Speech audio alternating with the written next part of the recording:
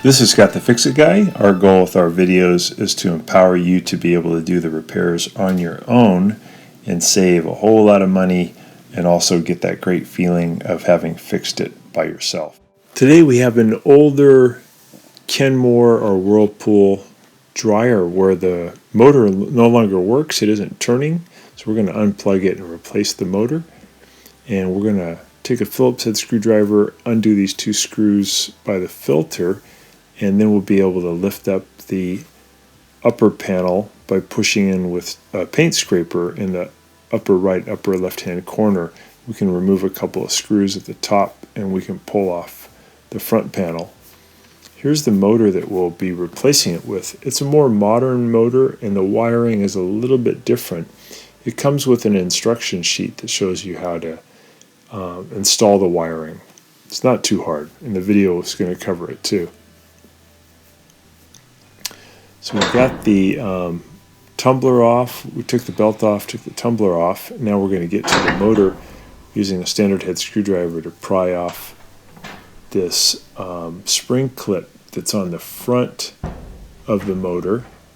And we just pried that one off. There's also one on the back that we have to pry off too. Before we did that though, we put a wrench, crescent wrench, on the back area where we see this blue piece of plastic. Behind it is a white piece of plastic, and we put a crescent wrench on that, and then we grabbed the motor pulley in the front and we turned really strong to the right. It's reverse thread, so right is loosening, and we were able to break free the fan behind the motor, but you have to use a lot of force. So now we got the back clip off, the front clip off, and now we're wiggling the motor out from its bracket. That's the old one.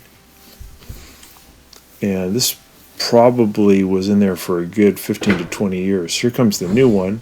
We're going to put it into the blower wheel in the back, the motor shaft. The long shaft goes into the blower wheel there in the back. And we're going to be getting this motor braced into position. First thing though, following the instructions, we're removing this blue wire. This is called the jumper wire. We're just going to take it out, get rid of that. We're going to take the blue wire that comes from the dryer and put it onto that overload right there on that spade connector. So we're just following the instructions. And then we do have some other colored wires here. We have this one. It's a red wire. It's going to go on to that first terminal.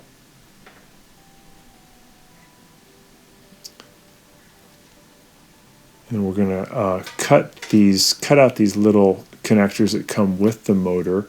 These are little or smaller spade connectors. And we're going to cut the white wire. This is the one that comes out of the dryer. We're going to strip back about 1/4 inch of the insulation. We're going to twist the conductor and then put this little spade connector on there, and then we're going to crimp it using a crimping tool. We're going to squish in so that you have a nice metal contact from the connector onto the wire. We're going to do the same thing with the black wire. So we did that with the white wire and the black wire.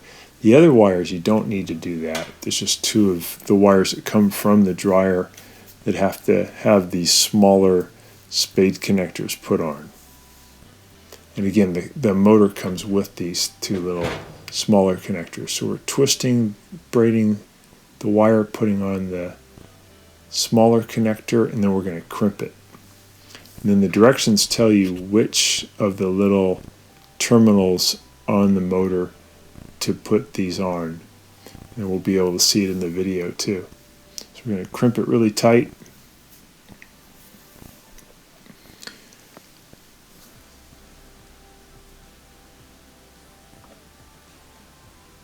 We've already put on the blue one, we already put on the red one. Now we're going to put on the white one. So it's going to go on one of these smaller terminals. Get it in position and wiggle it on. And in the instructions it actually tells you what number terminal on the black motor switch here that all these things are going into, there's numbers, and you can just correspond the directions to which number. Put the black one on now.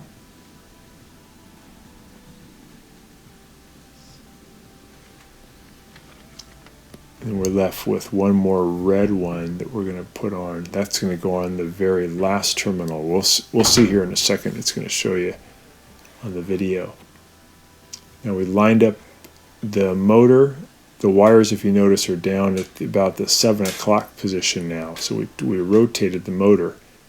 This is a little ground wire, a green wire we're going to put on right there.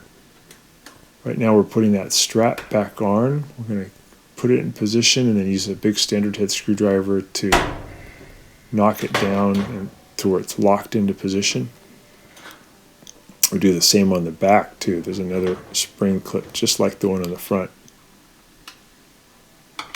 So we'll hook it over, and then we're going to use our standard head screwdriver to push down to lock it into position.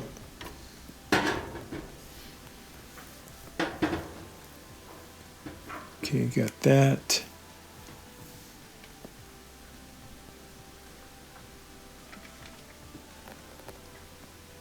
And now we're going to put the crescent wrench back onto that square white plastic, and then we're going to be turning the motor pulley to the left, so lefty-tighty, opposite normal, opposite threads.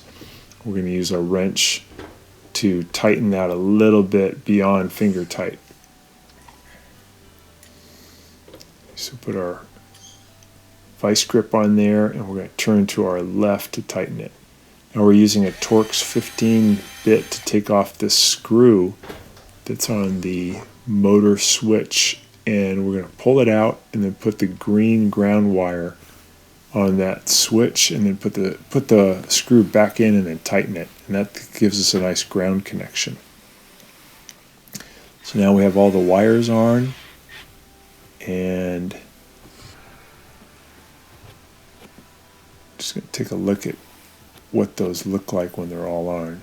So here's a nice view of the wires. You can see the numbers on the front of that black plastic switch, and you can see how the wires correspond to those numbers.